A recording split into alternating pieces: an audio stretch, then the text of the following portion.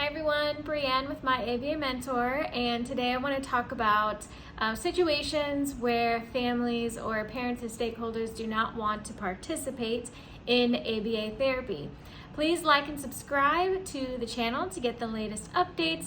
And this is a tough situation for a lot of new and seasoned BCBAs because it really comes down to our boundaries as BCBAs and our ethical boundaries and what we're supposed to be doing to help the children and the families that we service. And as much as good intentions that we have as coming into homes or bringing kids into our centers, there are always going to be this situation where there is a parent that may not want to participate in your parent trainings, that may not feel that they need to work on these things outside of session, that is pretty much just your job and they're not necessarily a part of the process. And so this can be a big challenge for us to get through when we are trying to provide the best services that we can. And I remember one time I had a family a while back that they had a particular insurance that required parent training to be done every month, and that to be documented and the goals to be tracked and all of those things, just like our regular goals. And I presented this to the family and I said, this is part of your treatment plan. Here's your goals. Here's what we're working on. This is what we need to do. And they pretty much didn't want anything to do with the parent training at all. And they didn't see that it was important. They didn't really understand the purpose. And so my first step was, okay, well, let's talk about why this is important. Because when you start services with a family, you need to be reviewing this expectation first and saying, hey, this is part of the treatment planning, this is why, all of those things.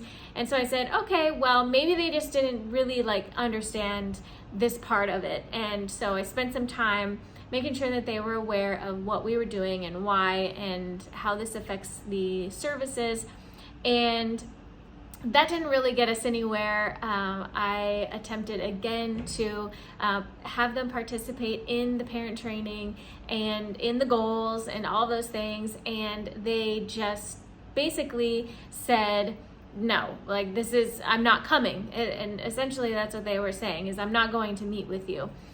And so in my mind, I was thinking, okay, I have explained why this is so important and what it is that we're doing, and they still are not interested in this. So, what are my obligations? What do I need to be upholding right now?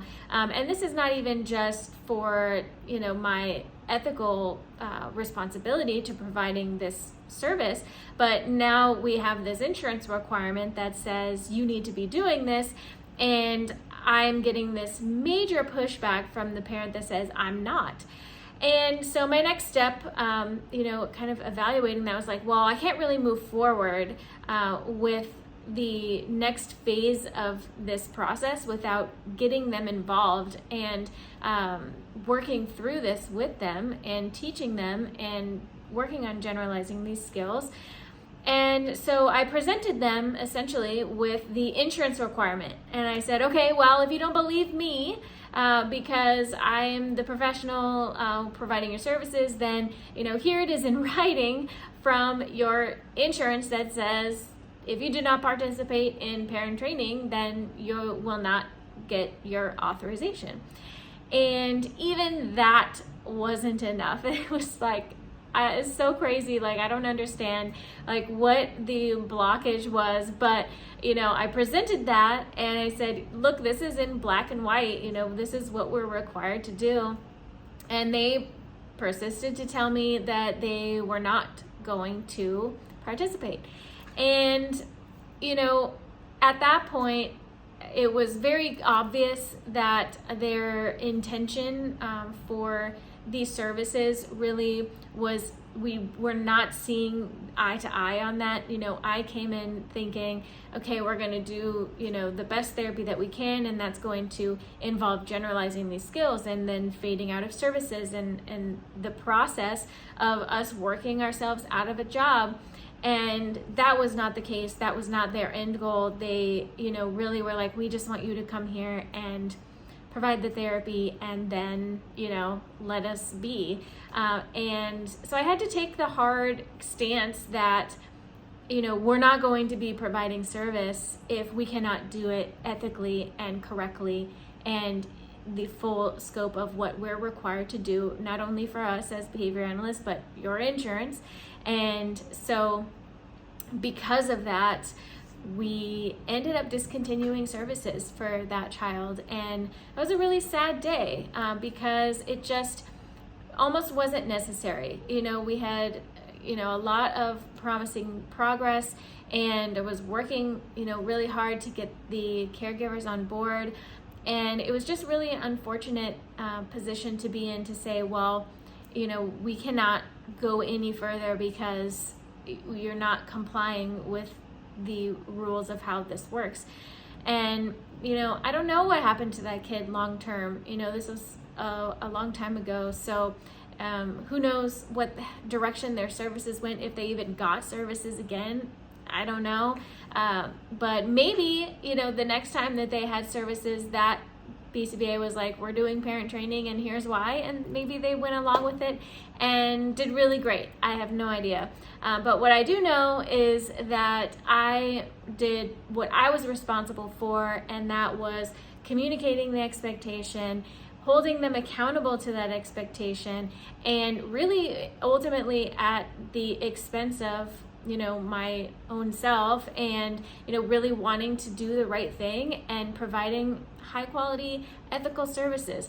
And if that is not what someone comes to me for, and wanting to really embrace the process and learn and, you know, provide the best services possible, then sometimes that doesn't work out. And, you know, that's okay, as long as at, you know, the end of the day I can say I did everything that I was supposed to do and upheld our ethics and our values. That's all I can ask for. So some tough situations to be in, navigate them with a high level of ethics and communication, and don't be afraid to set that boundary and say, no, this is required, this is part of the process, and this is what we need to do. And if we can't do that, then we cannot move forward. And it will happen, and it will be sad, and you might cry about it, like I do, but, you know, we have to be able to stand on something to say that we are here providing ethical and highly effective services. So check out the next video. If you're looking for mentorship, please check out the comments. It'll have links to everything. We have RBT trainings for students, or not RBT trainings, but students who are becoming BCBAs. We have our residency program. We also have BCBA mentorship as well as owner mentorship. Please, whatever you do, get a mentor because it is going to save your sanity. So see you on the next video.